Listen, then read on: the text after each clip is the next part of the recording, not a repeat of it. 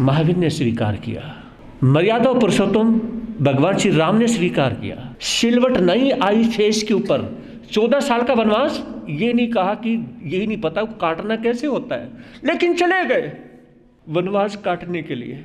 कर्म योगी श्री कृष्ण ने बचपन से ही जैसे फूल कांटों में खिलता है, ऐसे उनकी जिंदगी दुखों में पली, लेकिन फेस पे सिलवट नहीं आई। जिसने जितना स्वीकार किया वो उतना निखर गया। समझ रहे?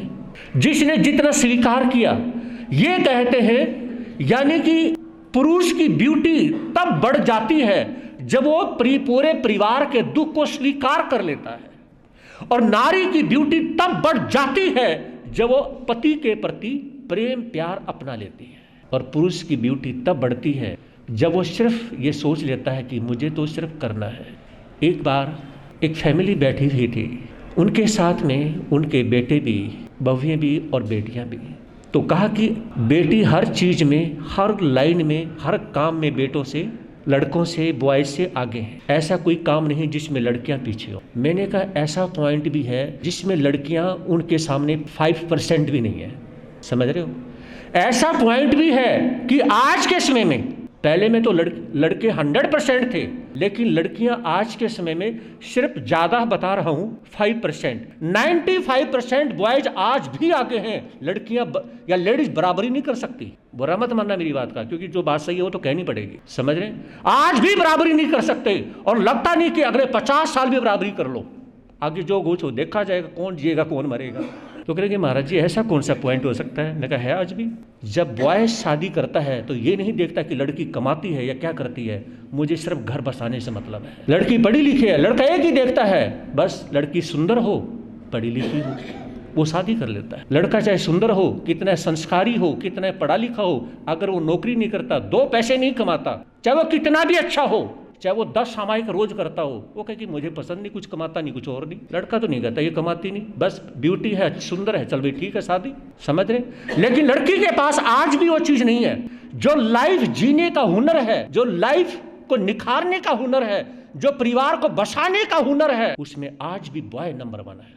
समझ रहे हैं? आज भी जेंट्स नंबर 1 है कि नहीं मुझे सिर्फ शादी से मतलब है। चाहे लड़की कितनी भी मोहब्बत करती हो, अगर लड़का जब तक नहीं कमाता है जल्दी से शादी नहीं करती। करोड़ों में, वो मैंने कहा कि 5%, करोड़ों में होंगे 5% जो होंगे कर लेती हैं, नहीं तो कोई नहीं करता है। तो बॉय आज भी अपनी फैमिली के लिए, आज भी परिवार आगे बढ़ाने के लिए उसका सिर झुक जाता है। वो ये नहीं देखता है कि लड़की कमाती है या नहीं कमाती है। नहीं कमाती कोई बात नहीं, मैं कमा लूंगा और आप साथ में रह लेना। इस पॉइंट में आज भी आप परसेंटेज निकाल सकते हैं। अपने नादौन का देखें, हिमाचल का देखें, कहीं का भी देखें, आज भी बॉय इसमें 90% कम से कम आगे नहीं है।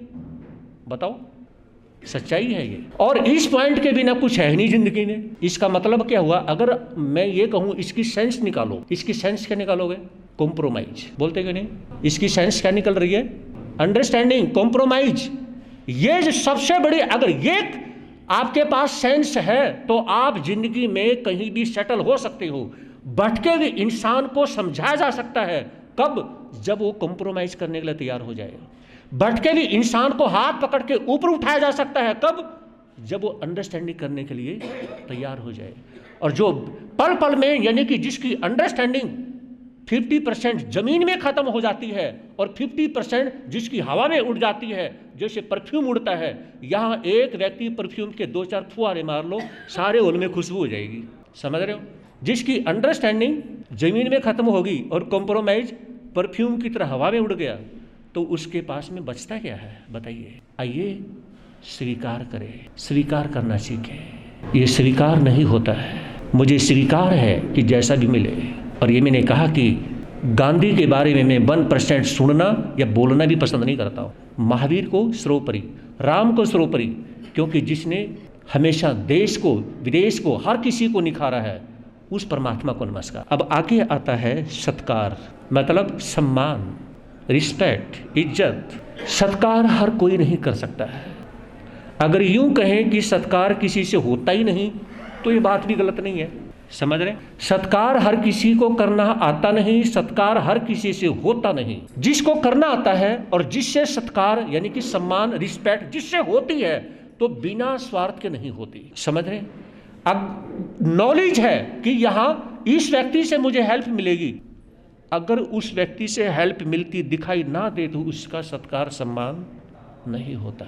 जय जिनेंद्र या नमस्कार, जय श्री श्रीकाल उसी को बोला जाता है जो प्रतिष्ठित व्यक्ति हो और जहाँ पर यूँ लगे कि यहाँ से काम निकल सकता है। शादी में आप किस किस का सत्कार करते हो? गरीब भी आते हैं, सभी तरह के आते हैं, सभी का सत्कार होता है? उतना तो नहीं होता, नहीं होता। सत्कार हर किसी का नहीं होता। तो ये कहा जाता है जब आप सत्कार एक जैसा करना सीख जाओगे, एक जैसा करना शुरू कर दोगे, तो आपके पास इंसानियत है। समझ रहे हैं? इंसानियत कहाँ होती है? जो व्यक्ति एक जैसा सत्कार करना शुरू कर दे। जिसके पास एक जैसा सत्कार नहीं तो उसके पास व्यवहार की कुशलता नहीं। व्यवहार की कुशलता उसके पास होती है जिसके पास एक जैसा सत्कार होता है।